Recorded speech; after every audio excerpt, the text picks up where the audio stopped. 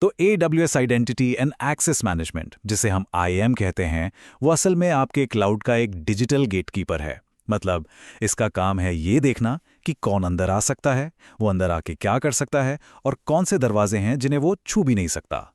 चलिए, क्लाउड की इन चाबियों की दुनिया में थोड़ा और गहरा उतरते हैं।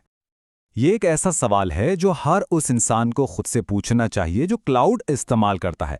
क्योंकि देखिए, अगर ये पता ही नहीं कि चाबियां किसके पास हैं, तो ये मान लीजिए कि आपके कीमती डेटा का दरवाजा हमेशा खुला पड़ा है।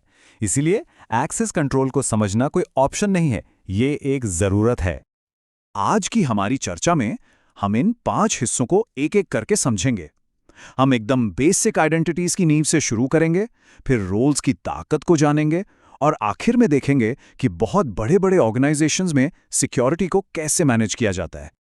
तो चलिए सबसे पहले बात करते हैं IAM के उन सबसे बुनियादी हिस्सों की जो आपके क्लाउड की सुरक्षा की पहली और सबसे जरूरी चाबियां हैं। देखिए, रूट यूजर के पास होती है अनलिमिटेड पावर। ये पूरे AWS अकाउंट का मालिक है, समझिए सुपर एडमिन। इसलिए सबसे अच्छी आदत यही है कि रोजमर्रा के कामों के लिए इसका इस्तेमाल कभी न किया जाए। अपना पहला IAM यूजर बनाएं और रूट की चाबियों को एक डिजिटल तिजोरी में बंद करके रख दें। एक IAM यूजर जब बनता है तो वो एक कोरे कागज की तरह होता है। उसे कोई भी परमिशन तब तक नहीं मिलती जब तक कि उसे दी ना जाए।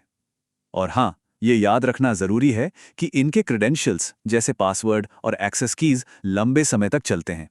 अगर ये किसी गलत हाथ में पड़ गए तो ये एक बहुत बड़ा सिक्योरिटी रिस्क बन सकते हैं। और यहीं पर IAM ग्रुप्स की असली ताकत सामने आती है। ये कई यूजर्स के लिए परमिशन मैनेजमेंट को बहुत बहुत आसान बना देते हैं। सोचिए जरा, बस एक जगह पर परमिशन सेट करनी है और वो ग्रुप के सारे मेंबर्स पर अपने आप लागू हो जाती है।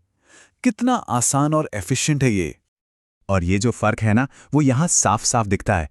एक तरफ है हर यूजर को अलग अलग मैनेज करने का सिरदर्द और दूसरी तरफ है ग्रुप्स के साथ मिलने वाली सादगी और स्पष्टता। मतलब एक क्लिक में दर्जनों यूजर्स को कंट्रोल करने की पावर। अच्छा, अब आते हैं IAM के एक और जबरदस्त टूल पर, रोल्स। इन्हें खास तौर पर यूजर्स के लॉन्ग टर्म क्रेडेंशियल्स से जुड़े खतरों से निपटने के लिए बनाया गया है। ये सिक्योरिटी को एक बिल्कुल नए लेवल पर ले जाते हैं। इसे समझने का सबसे अच्छा तरीका है ID कार्ड बनाम टेम्परेरी पास वाली मिसाल। एक यूजर का ID कार्ड परमानेंट होता है ना? लेकिन एक रोल वो एक टेम्परेरी विजिटर पास की तरह है, जो कुछ घंटों या मिनटों में एक्सपायर हो जाता है। और यही वजह है कि रोल्स को कहीं ज्यादा सुरक्षित माना जाता है। अब ये काम कैसे करता है? बहुत सिंपल है।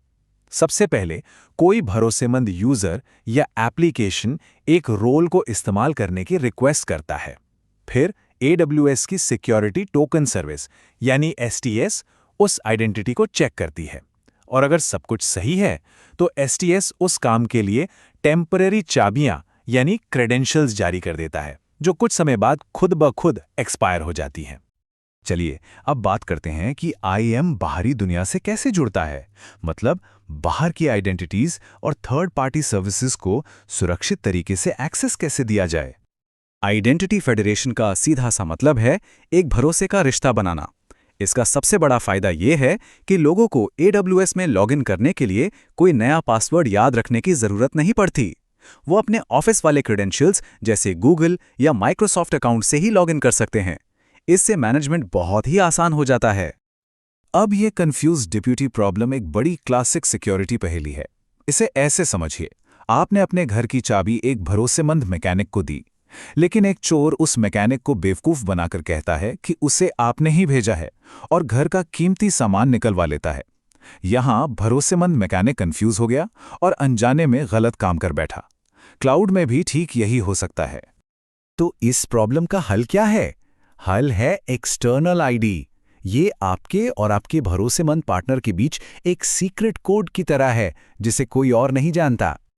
तो होता यह है कि जब हैकर उस पार्टनर के जरिए रिक्वेस्ट भेजता है तो उसके पास वो सीक्रेट कोड यानी एक्सटर्नल ID नहीं होता।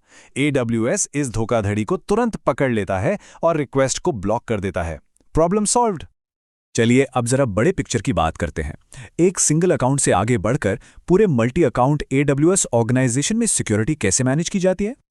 जब किसी कंपनी के पास सैकड़ों AWS अकाउंट्स होते हैं तो हर एक को अलग अलग मैनेज करना लगभग नामुमकिन हो जाता है।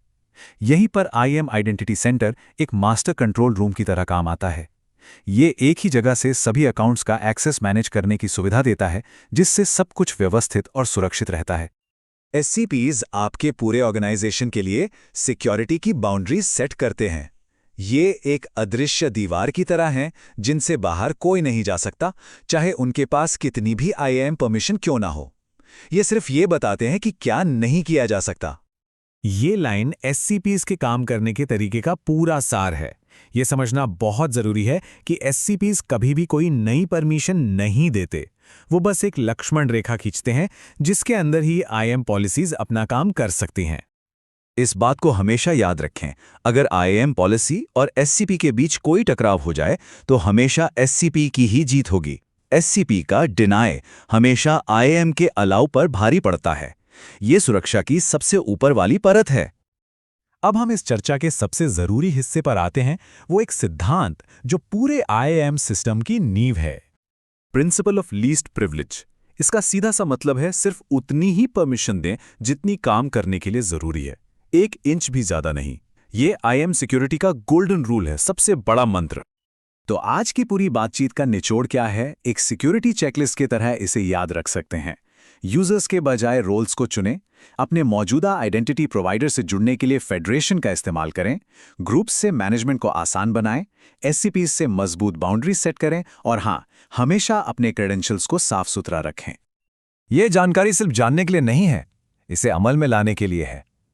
तो अब जब नियम पता है तो खुद से ये सवाल पूछना बनता है, क्या क्लाउड के दरवाजे वाकई उतने मजबूत हैं जितने होने चाहिए?